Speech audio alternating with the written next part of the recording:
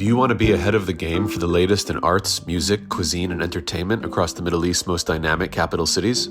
Al Monitor is proud to launch our City Pulse newsletters, focused exclusively on local news, starting in Riyadh, Dubai, Istanbul, and Doha. Each week, our on-the-ground writers in these cities cover the latest cultural happenings and trends, so you have everything you need to know for the best local experiences. To subscribe for free, go to almonitor.com, that's al-monitor.com, and sign up on our newsletter page. Welcome back to the Al Monitor Brief. I'm Adam Lucente. Syrian President Ahmed Ashara signed a long-awaited constitutional declaration last week. The declaration replaces the 2012 constitution used by ousted President Bashar al-Assad and will remain in place until a permanent constitution is drafted and ratified. The constitutional declaration spells out the role of Islamic jurisprudence in the country, Syria's territorial unity, the rights of women, and more. In this episode, we hear from Al Monitor news reporter Rosaleen Carroll. Rosaleen takes us through what exactly the new document says, including provisions on contentious issues such as the role of religion in the new state. Hope you enjoy. Rosaleen, welcome back to the Al Monitor Brief. Thanks for having me, Adam. Yeah, thanks for joining us and for your reporting on this constitutional declaration. A lot of people are talking about it. In your view, what are some of the key provisions in this interim constitution? Well, I think there are a lot of provisions worth highlighting, but I'll try to stick to a few. So first, the declaration emphasizes unity. It emphasizes the state's indivisibility as a geographical and political unit.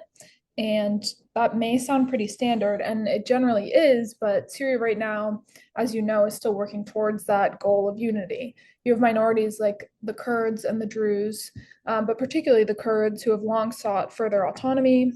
You have the Alawites along the coast, and then we have external actors as well. Israel, for example, reportedly wants to see the federalization of Syria, so that's one provision right off the bat that's pretty interesting.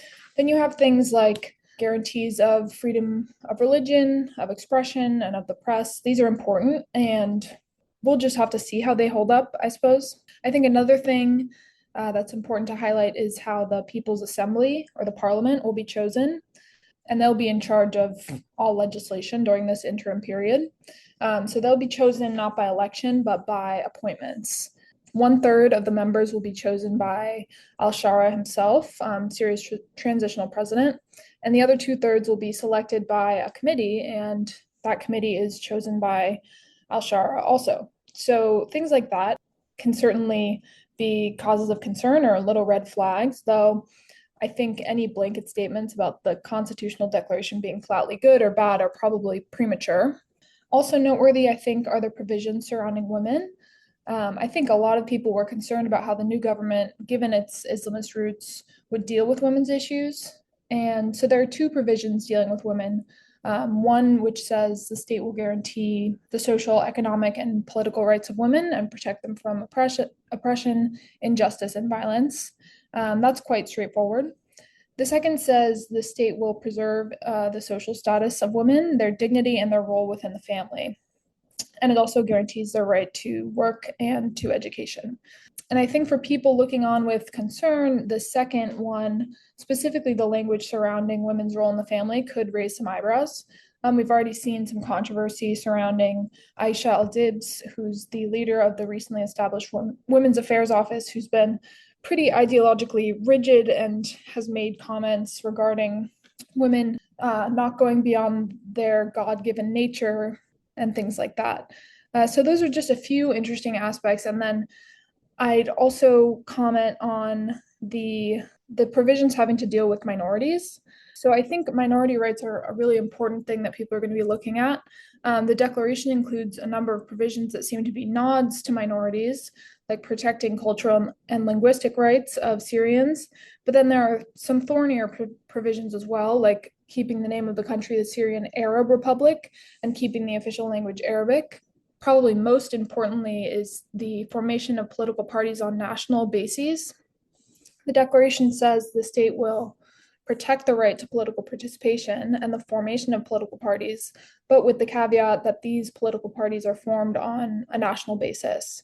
And this is something that we've already seen pop up as an issue In their rejection of the constitutional declaration, the Syrian Democratic Council, which is the political arm of the Kurdish-led Syrian Democratic Forces, made a reference to that specific provision.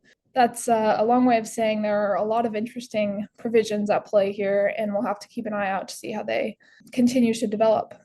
Yeah, there's definitely a lot to unpack there. One follow-up I have is, what role does Islamic law have in this new constitution? So the declaration states that the head of state must be Muslim and that Islamic jurisprudence will be the main source of law. I think you are seeing a lot of headlines about this at the moment, but I would note that it's very important to keep in mind that this was almost the exact same language used in Syria's 2012 constitution.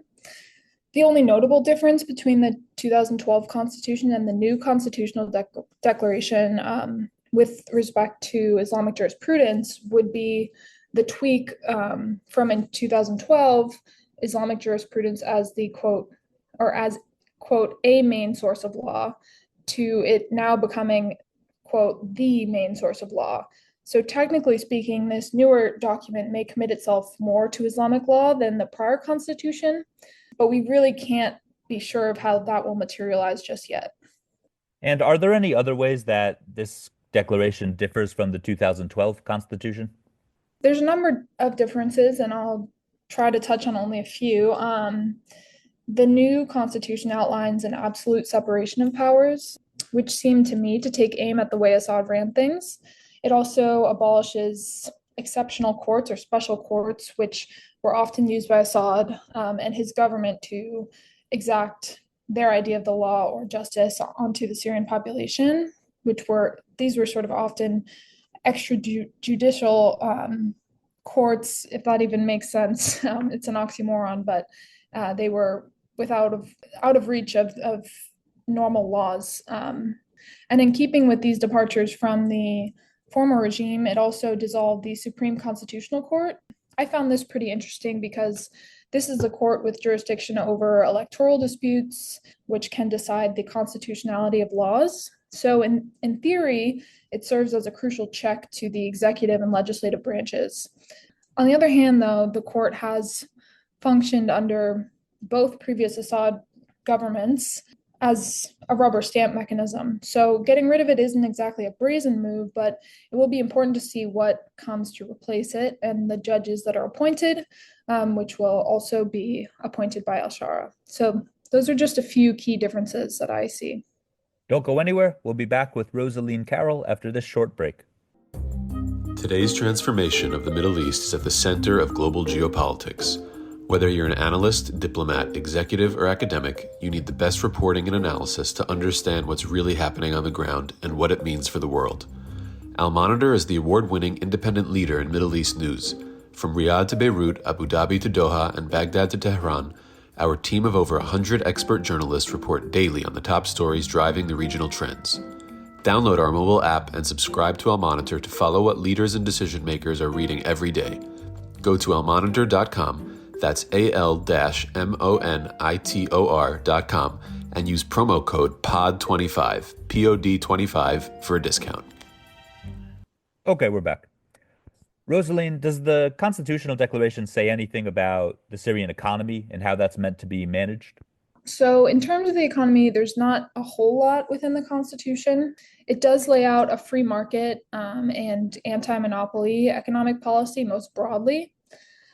Within its short section on the economy, it also says that the state wants to achieve social justice and economic development, including increasing production and raising the standard of living. And lastly, it also says that the state encourages investment and will protect investors. So obviously this is not very specific and is much easier said than done given the current state of the economy. The state right now has pretty unimaginable hurdles to overcome with the economy that they inherited, which has been marred by years of corruption and mismanagement and has suffered from a protracted civil war, which has seen so much infrastructure destroyed. And at the same time, we're seeing them manage the ongoing sanctions that are still imposed on Syria, which makes economic recovery that much harder. And finally, can you just tell us quickly what's next for the constitutional process? Yep, absolutely. So this is a bit murky. Outlined in the Constitution itself is that the permanent Constitution will be drafted by a new committee of legal experts. We don't know yet who these experts are or when to expect this Constitution, but I don't think it would be a surprise if it takes years. In fact, Al-Shara has said this himself. He said that he expects it to take multiple years. And given that the transition period is outlined in the declaration as being 5 years, it may take that long. What we do know is that if all goes to plan, after the new permanent constitution is adopted, then elections will be held, presumably both legislative and presidential elections. Rosaleen, thanks a lot for your thorough overview of the Constitution, and we look forward to speaking with you later and more of your reporting. Thanks so much. Thanks for listening to the Al Monitor Brief. Be sure to follow Al Monitor for more on the stories impacting the Middle East. Until next time, I'm Adam Lucente.